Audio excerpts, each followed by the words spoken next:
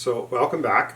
We are going to do a few videos with our daughter Teresa and her husband Greg, asking some questions about making strong marriage, being good parents, and we think you'll enjoy the topics that they're going to talk about.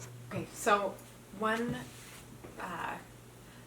concern that we have sometimes, I think it's probably mostly me because I'm a pretty anxious person, and I have seen that sometimes like anxious parents create very anxious children, and my anxiety also makes me worried about passing that anxiety to our kids, and I'm just kind of wondering, how do I prevent myself from doing that to them, you know? So my first response would be that you are so much less anxious than you used to be, right? Mm-hmm. And not just that it decreased over time, because that's not exactly what it was like. There was kind of a high point. Yeah. And then it decreased, and you might still have it internally, but you manage it on the outside really a lot better than you used to. Some of that, I think, and this is more difficult for younger children, but some of that is because you know you have to, right? As a mom, you have to. And that is life, right? So those of us, and I'm one of them, who are more sensitive to anxiety, we can either give in to it, and that sometimes happens because we feel like we have the ability to do it, or we push past it because we feel we cannot, there's no option for us to succumb to it, or there is something we're working for, and that matters, and so we push. Ideally, anxiety, stress is supposed to do that for us. It's supposed to create discomfort, and we move away from the discomfort, and it's a very functional thing to have. But again, if we're overly sensitive to it, then we have to be careful about it. And then remembering too, like you said, you've noticed a correlation between anxious children and anxious parents. And in my work, if I meet an anxious child away from his parents, I usually guess there's anxiety with the parents. Yeah. Usually it's mom, and I have rarely, if ever, been proven wrong, right? But at the same time, it doesn't have to be that way, right? And so being nervous about it is something that kind of doesn't feed in very well to it. I don't want to increase your anxiety by saying that, but at least especially for your oldest, she does not look prone to anxiety at all, right? And so I think that also gives you a good example of, or good news or motivation or whatever, that there is a lot that's within your control. Yeah. What would you add? I think what you said is true, and part of it is, as a mom, I think, is recognizing that sometimes we need to help.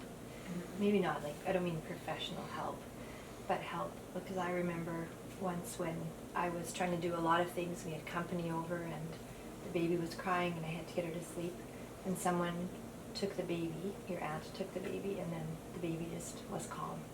And I realized it was my stress of trying to do everything, the baby was feeling that. So, you know, I didn't recognize till after it happened that I just needed help. She would have taken the baby earlier. So, you know, and when we're worried about things and just reaching out a little bit. And what I hear when your mom tells that story is two things. One is the space, the time, the whatever, to be able to deal with your stuff. So she was, whenever we host things, that your mom does tend to get kind of worked up. She wants to do a good job and she gets nervous and so on. Maybe true. And so for her to be able to have the space to do well with that was one good thing.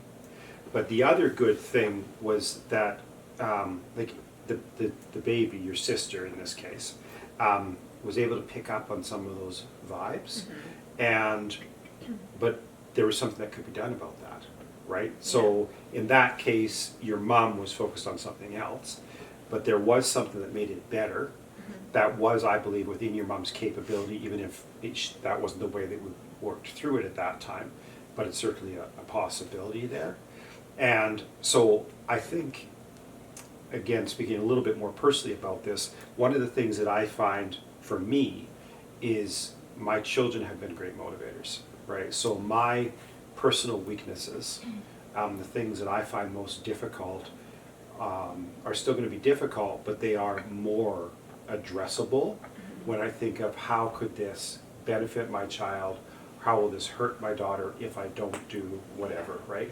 And so then I push myself forward. So there are times where my anxiety has been pretty overwhelming to me, but I think, or at least I've tried not to send that message out to you guys because I didn't want you guys to have to deal with a negative consequence. And so to me, that's some good news too, Yeah. right? There is a reason for you to address it, to do well with that. So. One thing I was thinking about when you were talking about overcoming anxiety was Viktor Frankl and like Man's Search for Meaning, and how meaning and purpose can sort of help you to overcome difficulties in your life. Do you think that sort of applies to this area? I think it applies to all areas. I mean, you know that I'm a big fan of logotherapy, and I did some training in logotherapy and stuff, and I think that to me logotherapy is just a foundational view, and that's the way logotherapists talk about it as well, is that it can be something that other therapies are built on. So you can use CBT on top of logotherapy and so on, but it's the very foundational ideas within, that purpose matters to us. It's necessary for us, that there is a neurosis, Frankl himself talked about. There are neuroses about not having meaning or not appreciating or understanding your own meaning. When we've got meaning, there's something that our lives are tied to, that we work towards, that we are motivated by. You can phrase it in lots of different ways. And along with it is that, we always have the ability to choose our attitudes. We talked about attitudes previously today as well. So when you know that what you are doing as parents matters, that your marriage matters, that all of these things, that they matter, there's a motivation in that. And some people criticize that and talk about how, like in the 1950s or whatever, there's this weight of expectations.